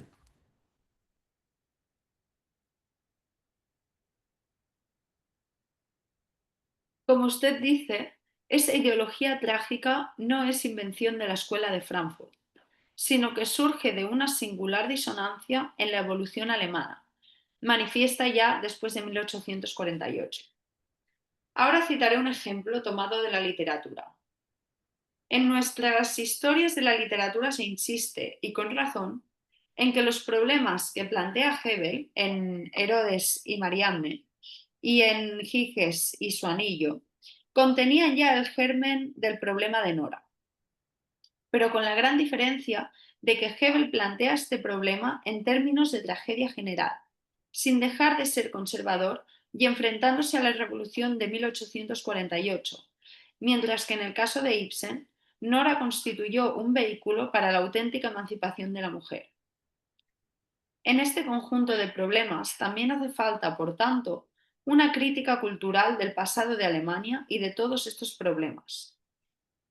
Me he limitado a tomar aquí un ejemplo en cierto modo periférico, mas este ejemplo muestra exactamente que, aun en aquellos periodos en que evidencia momentos muy altos y progresivos, la evolución alemana está siempre mezclada con un conservadurismo del Estado autoritario, con un asentimiento a la derrota de la Revolución de 1848. Esto ha de comprenderse hoy día, y en este punto la intelectualidad radical alemana desarrolla, a mi entender, una crítica demasiado insuficiente y suave de la evolución alemana. Si compara el utilísimo libro de Jaspers con mi pequeño artículo, podrá usted comprobar esta diferencia en muchos casos. Con toda su crítica, Jaspers sigue arrastrando, a fin de cuentas, algunos elementos fatalmente trágicos y conservadores. Dice Abendroth. Y sin embargo, el libro de Jaspers, y dice Lukács, es muy provechoso, mucho. Yo parto de que la crítica que tenemos que hacer tiene que iniciarse incluso allí donde consideremos las cosas como útiles. Y yo diría que con el mencionado opúsculo estamos obligados a considerar a Jaspers justamente como aliado. A Sin ver, duda. yo Dice he Abendroth. estado intentando, o sea, a ver, qué puede querer decir algún núcleo de esto? Es cierto que el fracaso de la Revolución del 40, bueno, en España también fracasa la Revolución del 48, en Francia también fracasa la Revolución del 48, pero en Alemania era un intento de construir un Estado y entonces el fracaso produce que el Estado emergente sea una unidad de mercado, sea el Zollverein o como se diga, ¿no? O sea, en lugar de generarse una sociedad civil, que incluso un Estado absolutista del siglo XVII producía, se produce un Zollverein, eh, una unidad de mercado. Y eso sería, según solamente una unidad de mercado, y eso sería un elemento importante que llevaría, digamos, al nazismo. No sé los pasos, ¿eh? Pero esto sería lo que parece que está aquí. A mí con todo esto me interesa porque la Unión Europea es un Zollverein y está produciendo masivamente fascistización o reaccionarización. Por eso ese elemento chispeante que no acabo de verle las mediaciones me interesa. Pero, y me interesaría ser más agudo y verle más el cañamazo, ¿no? Yo me quedo aquí y no sé ir más allá.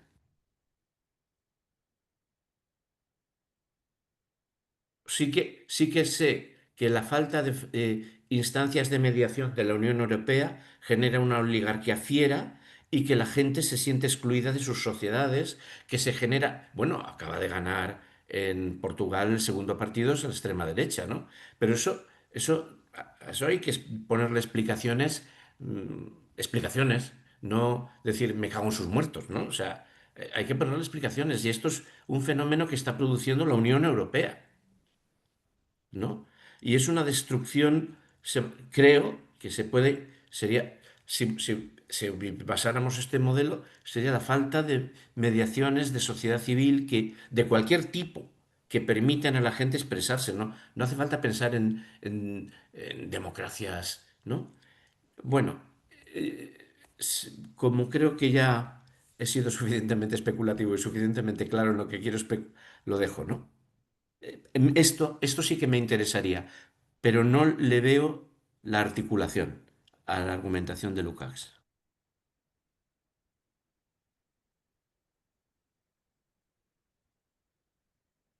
Solverein es una unidad aduanera, o sea, la historia. Yo no sé historia de Alemania, pero se funda una unión aduanera Sí, en lugar.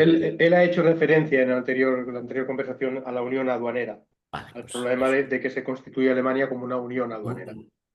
pues eso. Lucas ha hecho referencia a ese. Continúo. No, Arriola, estás sin voz.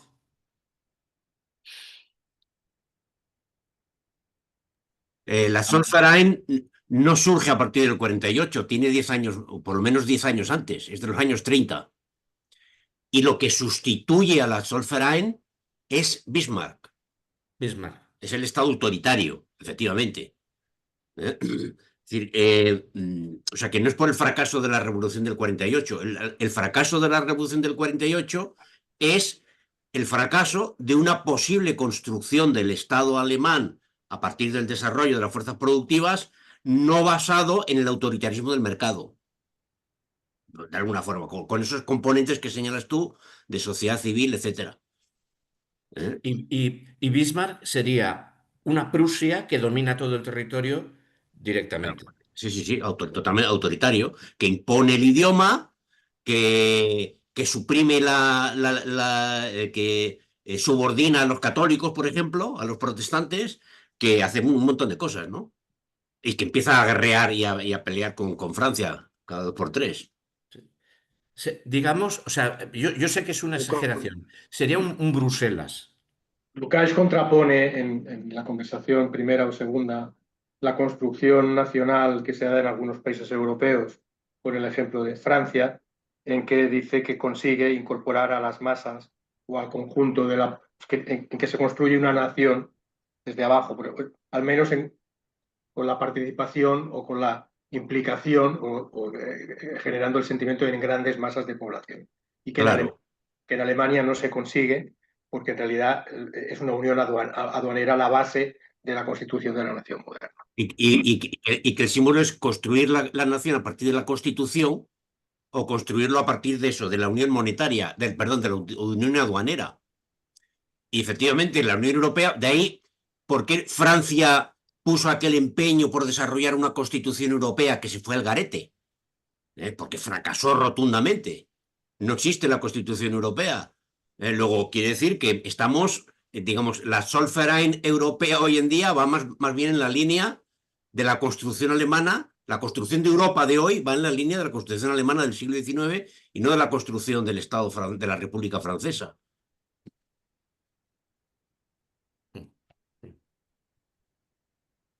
Sí, sí. Pues esta es la línea que a mí me interesaría. Pero bueno,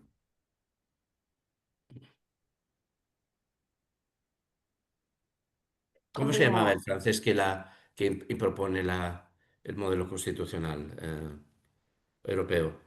No, el que pusieron al frente fue a Valéry Giscard d'Estaing. No, no, no. Delors, Delors, ¿Eh? Delors, ¿Perdón? Delors. Delors. Delors. Ah, Jacques Delors, sí. Sí. Bueno, no.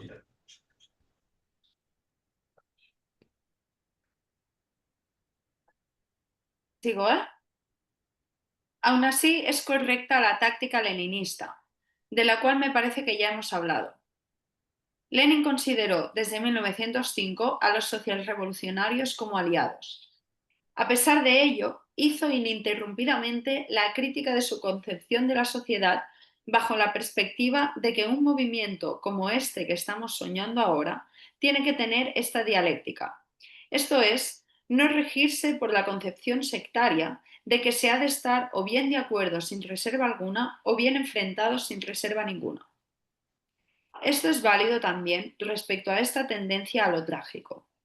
A ver, el 1905, a ver, del 1905 sale uno de los textos valiosos de Lenin, que es Dos tácticas de la socialdemocracia rusa. Ahí hay una autocrítica fiera a una de las dos tácticas, y es que el 1905 significa el gran fracaso de la táctica socialdemócrata del propio Lenin. Hay una revolución, se ha empeñado en que sea una revolución obrera, resulta que hay una revolución obrera separada de una revolución campesina y el zarismo vence. Y él sí que saca consecuencias. Yo recomiendo siempre este libro porque me parece que yo creo que es muy poco leninista. Es de Lenin, pero no es del leninismo del quehacer, ¿eh? Y sin embargo me parece interesantísimo compararlo con el folletito, que es un folleto, ¿eh? El folletito de la Rosa Luxemburg, que está encantada, está encantada. Dice, había unos soviets, una clase obrera, pero tía, si os han dado por saco. Si, ¿no te has dado cuenta que ha habido una revolución campesina al lado de una revolución obrera?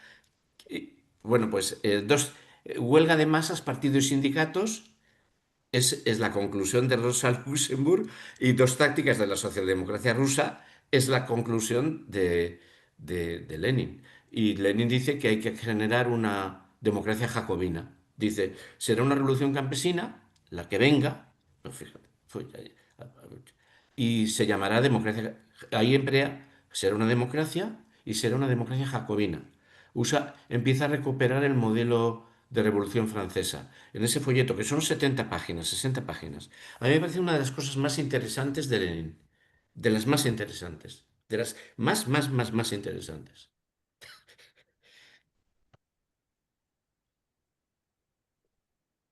Un segundo.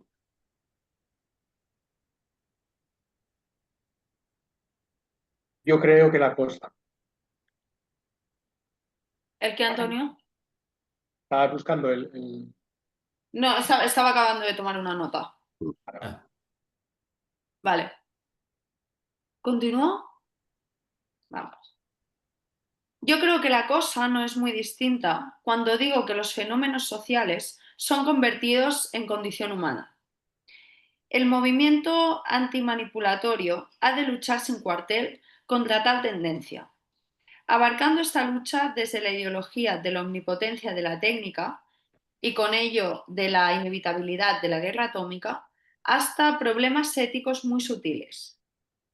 Aquí se ha de elaborar una línea que provisionalmente habrá de ser de índole teórica pura, que sea capaz, por una parte, de considerar como aliado a todo aquel que se comprometa en el movimiento, y por otra, de criticar con toda decencia a estos aliados, a fin de que se forme un núcleo que sea apto para emprender esta lucha ideológica contra la manipulación y que al mismo tiempo esté en condiciones de captarse a aquellas capas que bajo la forma de un sordo descontento rechazan con toda energía, aunque de muy diversas maneras, el estado presente y tienen la sensación de que la felicidad manipulada no es felicidad.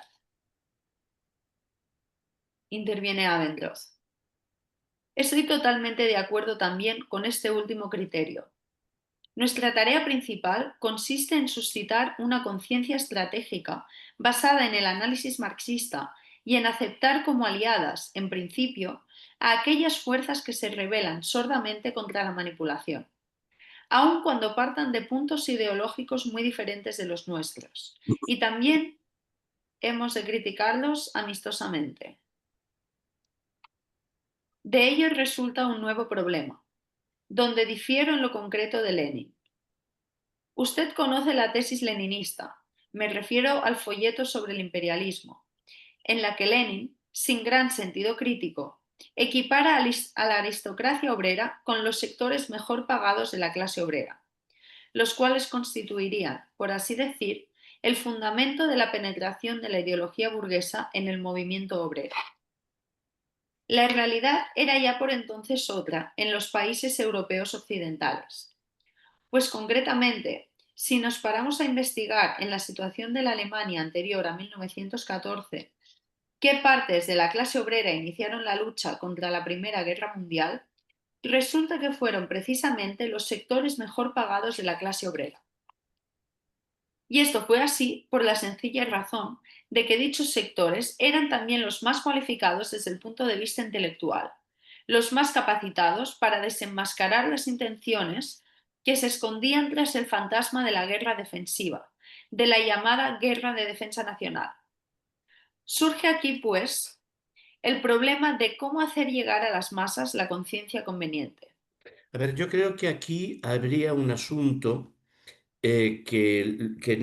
Lucas no comenta aquí, pero que sí que tiene, sí que está en sus memorias habladas, pensamiento vivido, él piensa que 1929, en esto coincide con Gramsci, el cuaderno Americanismo y Fordismo, que una clase obrera, o sea, que esta clase obrera a la que se está refiriendo Abendroth no es la emergente del Taylor-Fordismo, que será la mejor pagada, pero será un gorila amaestrado, carecerá de los recursos artesanales que le permiten dirigir el proceso productivo. porque el taylorfordismo, con la descomposición en cadena del proceso productivo, genera otra clase obrera. Entonces, esta disolución sí que creo recordarla situada, sí, no creo, la sitúa, y nos lo ha dicho en algún otro momento hablando de 1929, de la crisis del 29 y del nuevo proceso productivo, ¿no? 1914 es todavía otro mundo económico de clase obrera, ¿no? Sería una clase obrera, digamos, todavía de subsunción formal del trabajo al capital, todavía no de subsunción real del trabajo al capital, taylorfordismo, descomposición en fases que puede incorporar a una persona que no sepa dirigir el proceso productivo, que gane muy buen sueldo, que tenga mejor consumo, que tenga muy poca capacidad intelectual de comprensión, porque puede ser semianalfabeto. Entonces, aquí, esto, a ver, no lo. Pero creo que Lukács sí que lo tiene comprendido. Y creo que por eso es una de las cosas. Bueno, lo dejamos aquí. Surge aquí, pues, el problema de cómo hacer llegar a las masas la conciencia conveniente. Para conseguirlo, se requiere un núcleo que la acerque. Un núcleo que ciertamente no creo que se pueda organizar de momento en forma de partido, dada la situación concreta de la República Federal Alemana. Un núcleo, sin embargo, que se conciba a sí mismo como unidad y que desarrolle su conciencia unitaria mediante la discusión permanente, lo cual equivale a un núcleo tendencialmente organizado. Dice Lukács, ¿organizar no es necesariamente algo propio de un partido? Esto es una postilla crítica de Lukács a esta opinión inmediata, anterior.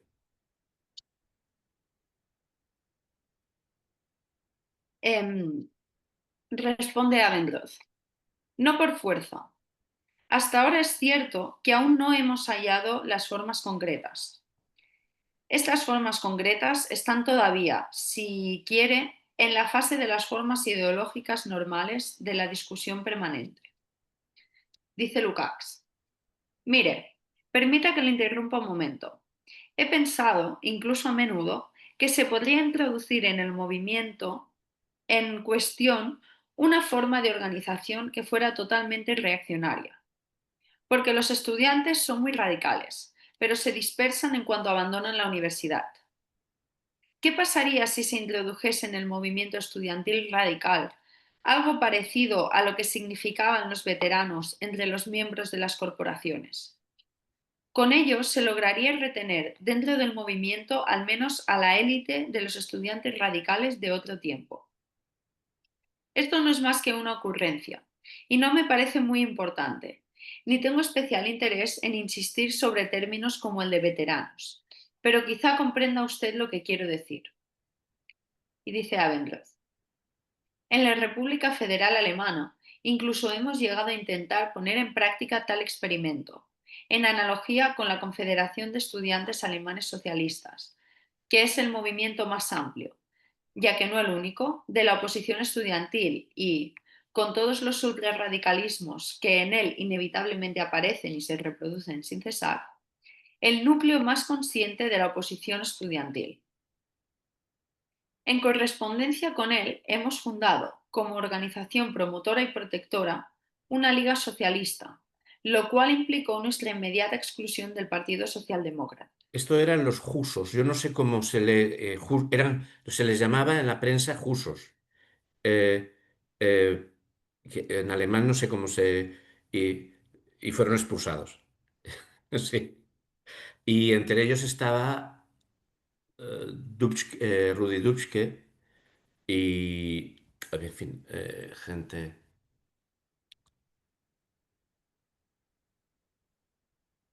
Mas también esa forma tiene, como es natural, sus límites, no sirviendo para solucionar los problemas.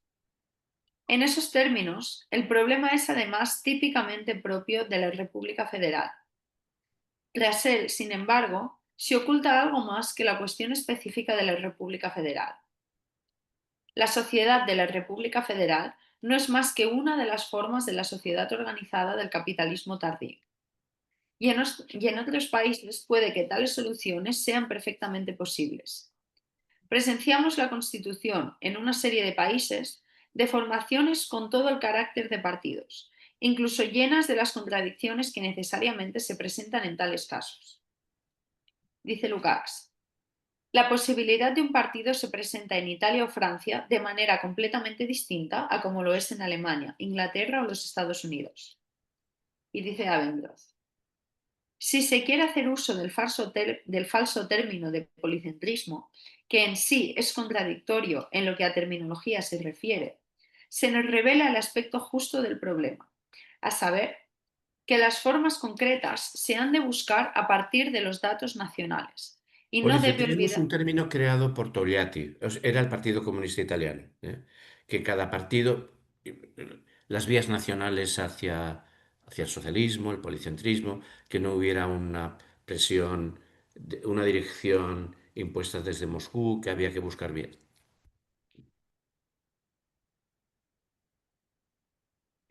Y no debe olvidarse a este respecto, interviene Lukács. Yo creo que aquí nos enfrentamos con una cuestión muy importante. De nuevo me remito a mi vieja predilección por la identidad hegeliana, en el sentido de que, por un lado, existe el problema universal de la manipulación, siendo sus rasgos más genuinamente generales comunes a todos los países. Dice Abendroth, pero la verdad es concreta. Y dice Lukács, mas en cada país existen problemas distintos. No le gusta a Lucas que le apostillen, ¿eh? Porque bueno, lo de Hegel estaría bien, o sea, la verdad es concreta, ¿no? Pero no acepta, no dice sí, sino más en cada país existen problemas distintos. Si nos fijamos en los Estados Unidos, resulta que allí se ha derrumbado aquella ilusión de 1945 del recorrido triunfal panamericano del American Way of Life. Y con ella ha caído toda la política del rollback, de manera que en la América de hoy ya no se acusa, pese a todo su poderío económico, político y militar, la ideología de victoria de 1945, sino que es preciso enfrentarse con una situación enteramente nueva. Lo que algunos publicistas y senadores americanos, muy pocos, como los Mansfield, Fulbright, etc., expresan, viene a ser el oleaje de esta honda crisis, que por una parte está asentada sobre la base de la crisis de la manipulación y por otra constituye la forma específicamente americana de la crisis. No voy a entrar aquí en detalles. También las formas inglesas o francesas actuales tienen sus causas específicas. Dice Abendroth. Coincido totalmente con usted en que tenemos que ver las diferenciaciones, pero también ha de verse la otra cara del contexto. En cuanto al problema general, me gustaría añadir aún una cosa. Dijo usted muy atinadamente que el movimiento obrero internacional tuvo la suerte de contar primero con un Marx y luego con un Lenin. Con ello hacía hincapié en el papel de la personalidad en la historia, papel que desde luego no conviene menospreciar. Pero al mismo tiempo no se debería, en mi opinión, descuidar otra cosa. En los dos casos citados, el proceso histórico escogió, por así decir, a las personalidades quasi post festum. El Lenin de los años comprendidos entre el qué hacer y 1917 era considerado desde el punto de vista del movimiento obrero internacional, o mejor, desde el grado de conciencia que entonces tenía el movimiento obrero internacional, uno entre tantos. Es más, uno muy puesto en duda entre muchos otros más. Naturalmente, pero lo que ocurre es que ciertas cosas de Lenin, que habrían sido muy provechosas de haberse comprendido, no fueron entendidas. Me refiero a que esa táctica de Lenin, aliados más crítica, habría resultado extraordinariamente provechosa para el partido francés en los tiempos del asunto de Dreyfus, habida cuenta de que existía una falsa polarización, la cual perjudicó no poco al partido francés en lo que a fuerza de choque se refiere. Bueno, aparte de que en italiano no es fuerza de choque, sino fuerza de penetración, que indicaría otra cosa, permeación, no sé no entiendo lo que quiere decir Lucas sobre el partido francés, el caso de Dreyfus.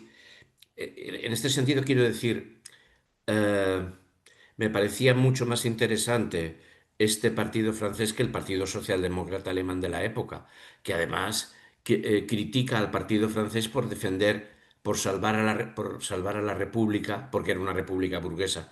O sea, este sería Kautsky frente a Jaurès. O sea, a mí me faltan elementos, ¿no? Pero yo siempre considero que Jaurès, que es el Partido Comunista, el Partido Socialista francés de esta época, es el brillante y el Kauskiano, que además critica a Jaurès, es equivocado. No sé, no acabo de entender a qué se refiere Lucas haciendo esta crítica, haciendo esta crítica. No sé. Porque pues ya digo, por falta quizá de información, pero a mí me parece muy brillante el hecho de que el Partido Socialdemócrata francés, utilizando el proceso Dreyfus, consiga parar el golpe de Estado contra la Tercera República Francesa, ¿no? Y salve una democracia burguesa y pequeño burguesa, pero la salve. Y cuando se venía encima un golpe militar. Mm, No sé, si tenéis algo más si tenéis algún elemento o algún que compartir, yo no sé.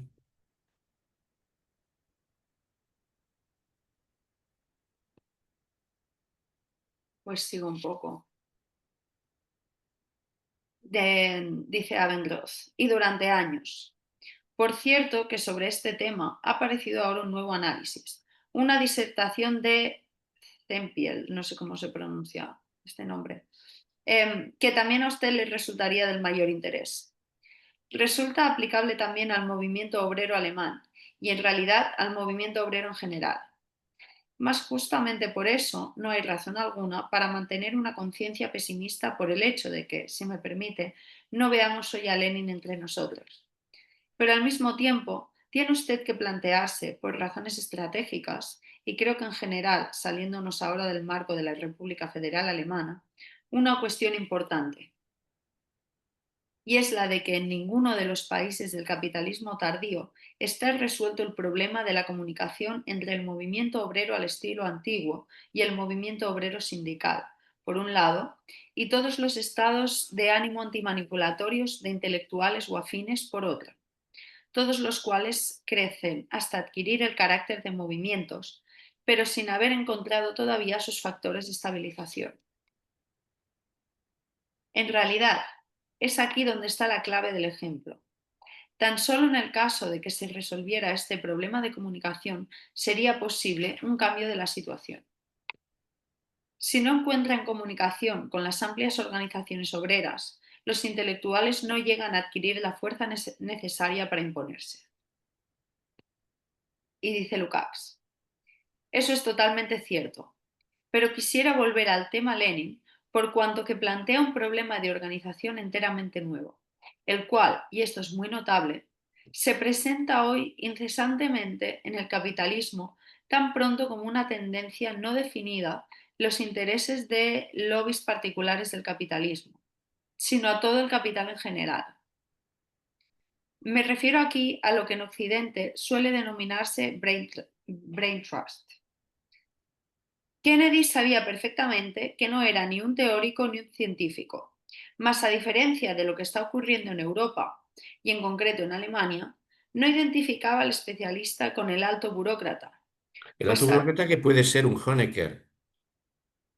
O sea, el alto burócrata puede ser el secretario general del partido. Aquí, o sea, no solamente pensó, también puede ser un subsecretario de ministerio, ¿no? Pero aquí yo creo que está planteando modelos organizativos alternativos.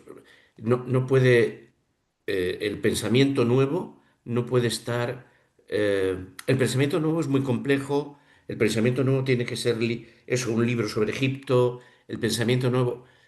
Kennedy lo pide, Kennedy no es ya no existe un Kennedy Lenin que es el teórico y el que tiene el poder. fin, aquí se abre una reflexión que hay que leer muy despacito, porque el Brain Trust no es, o sea, la conciencia exterior nuestra del partido dirigente, el partido dirigente tiene la conciencia exterior interna al partido dirigente y tiene el poder de dirigir y la capacidad teórica vinculada. Y además, en su caricatura, Suma es el secretario general, el tal. Pero bueno, es el partido dirigente es anterior, posee la capacidad de dirigir porque posee la capacidad de teorizar. Saber y dirección están unidas en la conciencia exterior del partido dirigente. O el partido dirigente junta conciencia exterior y poder político. Aquí está descomponiendo esto, ¿no? Bueno, Em, Kennedy sabía perfectamente que no era ni un teórico ni un científico. Mas, a diferencia de lo que está ocurriendo en Europa y en concreto en Alemania, no identificaba al especialista con el alto burócrata, pues sabía que del especialista no puede recibir ningún conocimiento esencial, sino que hace falta una selección de intelectuales y teóricos. Para nada importa ahora el que Kennedy eligiera correctamente o no. Los mencionados teóricos no deben ocuparse más que en invertir su saber y sus reflexiones en la empresa de detectar problemas generales, con el fin de que el político saque del material que le proporcionen las consignas necesarias al movimiento. Pues bien, yo opino que la posición específica de Marx y Lenin en los países socialistas condujo a una supervaloración fantástica del valor teórico del primer secretario del partido. Cuando en nuestro país, sin ir más lejos, Rákosi se conducía como sucesor de Lenin, la cosa llegaba a adquirir rasgos francamente cómicos. podría ser Walter Ulbricht, podría ser Santiago Carrillo. En fin. Y dice No, Abendroth. no tienes voz. Y tantos. Esta frase a mí me recordaba al político de Azorín. ¿Él? El ¿Perdona? político de Azorín. Ah, no sé, no he leído ese texto. Pues deberías leerlo. Sí. ¿Eh? ¿Qué es lo que tiene que hacer un político? Dice, un político no tiene que saber de todo. Tiene que rodearse, ser capaz de rodearse de la gente que sepa y tener la inteligencia de saber cuándo tiene que preguntarles y qué tiene que preguntarles. Eso es lo que tiene que hacer el político. ¿Y esto lo tiene Azorín escrito? ¿Azorín? Azorín, sí, sí, en la colección austral lo tienes. Vale, vale, vale. Los mencionados teóricos no deben ocuparse más que en invertir su saber y sus reflexiones en la empresa de detectar problemas generales a fin de que el político saque las consignas necesarias para el movimiento. Eso es Azorín. Bueno, quiero decir que Sí, el sí, sí. libro de Azorín del político está muy bien Vale, explicado. vale. Y por desgracia también trágicos. Y dice Lukács, verá, tras ellos se esconde también un importante problema de organización, incluso para el movimiento obrero del futuro. Si no podemos esperar que el gran líder político, que puede ser un líder político importante, y me remito a una figura como la de Togliatti, sea al propio tiempo un gran teórico, entonces se requiere inventar una forma que será preciso implantar primero dentro del movimiento radical y del movimiento obrero. Esto está diciendo que el modelo tradicional no sirve. O sea, inventar una forma. La vieja forma se llama partido conciencia exterior. No está en contra del saber exterior, pero sí de esa forma. Por esa razón, empleo el término brain trust, equipo de cerebros, sin pretender supervalorar la terminología. Con ello quiero decir tan solo que ha surgido un nuevo principio organizador, a saber, una dualidad y una interacción de teoría y práctica, que ya no se reúne en una sola persona, o lo hace a lo sumo una vez, por casualidad, y que hoy, por el solo hecho de la extraordinaria amplitud de las tareas a realizar, solamente puede resolverse de esta manera dualista. Citaré un ejemplo, tomando de nuevo como base a Lenin. A principios de los años 20, Lo que Lenin sabía sobre el movimiento colonial era del todo suficiente para establecer con la mayor corrección la postura propagandística de los partidos comunistas con respecto al movimiento anticolonialista. Hoy día, cuando en esta lucha de liberación existen en cada país, ya se trate de Ghana, de Zambia o de cualquier otro, problemas económicos y políticos específicos, no hay ser humano, así fuera tan valioso como Marx o Lenin, capaz de resolver todas estas cuestiones. O sea, ni un Marx ni un Lenin ante la complejidad del mundo contemporáneo, ¿no? Comprenderá usted por qué hago tanto hincapié en este problema del Brain Trust en cuanto forma organizadora y por qué me interesa subrayar que, si hay un estrato incapaz en este sentido, ese es la burocracia, tanto estatal como obrera. Como partidaria, tanto estatal como partidaria, porque esto es lo que... Vale. Estos estratos están acostumbrados a la manipulación y en ellos se excluye automáticamente la posibilidad de considerar algo de forma no prejuzgada, científica. Esto es de la mayor importancia para el ala No, perdón, intelectual. perdón, no está Salvador, pero aquí de nuevo estaría respondida su pregunta de si se puede asociar el mundo de la manipulación a las sociedades así llamadas socialistas. Socialistas, claro, claro, sí, sí. Esto es de la mayor importancia para el ala intelectual del movimiento con que estamos soñando aquí usted y yo. Porque este movimiento intelectual puede ser, por una parte, el punto a través del cual se insufle desde fuera al movimiento obrero el nuevo movimiento revolucionario, y por otra, puede preparar a un amplio grupo de los mencionados Brain Trusts. Y puede ser que el Brain Trust actual no consista más que en que alguien escriba un buen libro sobre Egipto o Siria que ejerza una influencia, indirecta incluso, sobre la política anticolonialista del partido francés o inglés. No sé si se dará usted cuenta de lo que quiero decir cuando hablo de que la intelectualidad de nuestros días tiene una gran misión que cumplir. Y si nuestro movimiento empieza a comprender que una polémica justa contra, pongamos por caso, la manipuladora teoría del conocimiento del neopositivismo, puede ser algo que tenga grandes consecuencias políticas para dentro de 20 años, podremos sacar a una parte, la mejor acaso, de la intelectualidad de este mal academicismo. Me refiero al academicismo del que antes habló usted. Y tenía mucha razón cuando dijo que la escuela de Frankfurt produce una especie de academicismo interesante, si es lícito expresarse así, o academicismo secesionista. Lo dejamos aquí. Pues sí, Para abrir sí, un debate sobre la escuela de Frankfurt, sí, no podríamos sí. tener. Pues vale, sí, sí. Bueno, pues a ver, Senador, yo, yo recuerdo, o sea, respecto de los movimientos y dado que he mencionado a Giulia Dinolfi, recuerdo su posición respecto del movimiento feminista. Ella partía del concepto de eticidad, culturas materiales de vida, y decía, la mujer ha sido la que ha conservado las culturas de vida, lo que se trata no es de perder esto, sino de universalizarlo. Esta, sin embargo, lo que se ha impuesto es el movimentismo de las mujeres, el feminismo como,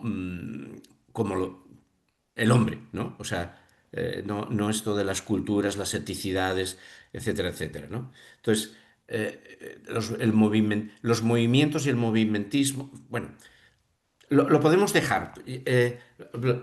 Intentaré pensarlo un poco mejor y ver si se puede, si podemos hablarlo respecto de lo que viene a continuación. detengo la grabación entonces.